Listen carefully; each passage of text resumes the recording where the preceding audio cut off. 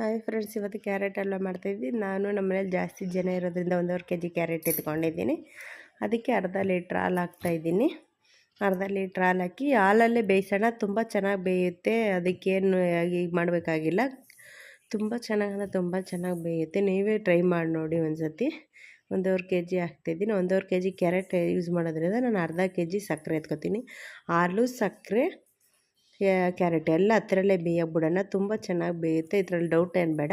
ನೋಡಿ ಹಾಕ್ತಾಯಿದ್ದೀನಿ. ಹಾಕಿ ಚೆನ್ನಾಗಿ ಬಾಡಕ್ಕೆ ಬಿಡೋಣ. ಹತ್ರಲ್ಲೇ ಒಂದು ಅರ್ಧ ಗಂಟೆ ಟೈಮ್ ಇದ್ದರೆ ಸಾಕು, ನಿಮ್ಗೆ ಆರಾಮಾಗಿ ರೆಡಿಯಾಗಿಬಿಡ್ತದೆ. ಚೆನ್ನಾಗಿ ಬೇಯಲಿ. ಬೆಂದಾದಮೇಲೆ ಕ್ಯಾರೆಟ್ ನೋಡಿ ಈ ಥರ ಎಲ್ಲ ಬೆಂದಾಗಿದೆ. ಇದಕ್ಕೆ ಒಗ್ಗರಣೆ ಮಾಡಿಕೊಳ್ಳೋಣ. ಇದಕ್ಕೆ ಸ್ವಲ್ಪ ಏಲಕ್ಕಿ ಪುಡಿ ಹಾಕ್ತಾಯಿದ್ದೀನಿ. ಸ್ವಲ್ಪ ಟೇಸ್ಟ್ ಇರಲಿ, ಘಮ ಘಮ ಅಂತ ಅನ್ನುತ್ತೆ ಅಂತ ಅಷ್ಟೇ.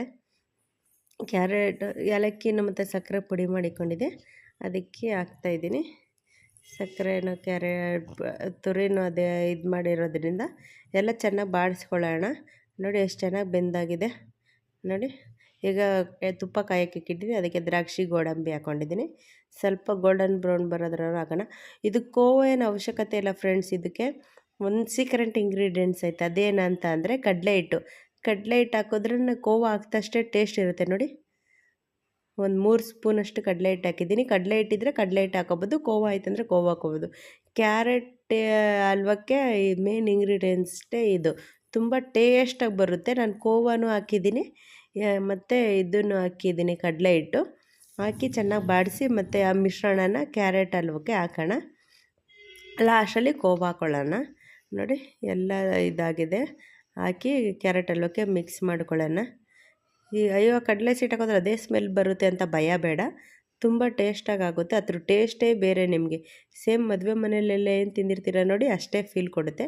ನೋಡಿ ಕೋವಾ ಏರಿತ್ತು. 100 ಗ್ರಾಮ್ ಕೋವಾ ಎತ್ಕೊಂಡಿದ್ದೀನಿ. 1.5 kgಗೆ ಸಾಕು, ಹಾಕೋಬೋದು. ನಾನು ನಿಮಗೆ ಹೇಳ್ತಾ ಇರೋದು ಕಡಲೆ ಹಿಟ್ಟಾರು ಹಾಕೋಬೋದು, ಕೋವಾನಾರು ಹಾಕೋಬೋದು ಅಂತ. ನೋಡಿ ಹಾಕಿ ಎಲ್ಲ ಕಲಿಸ್ಕೊಂಡು ಸ್ವಲ್ಪ ಬಾಡಿಸೋಣ. ಬಾಡಿಸಿದ್ರೆ ಆಯಿತು ಫ್ರೆಂಡ್ಸ್, ಕ್ಯಾರೆಟ್ ಹಲ್ವ ರೆಡಿ ಆಯಿತು ನೋಡಿ.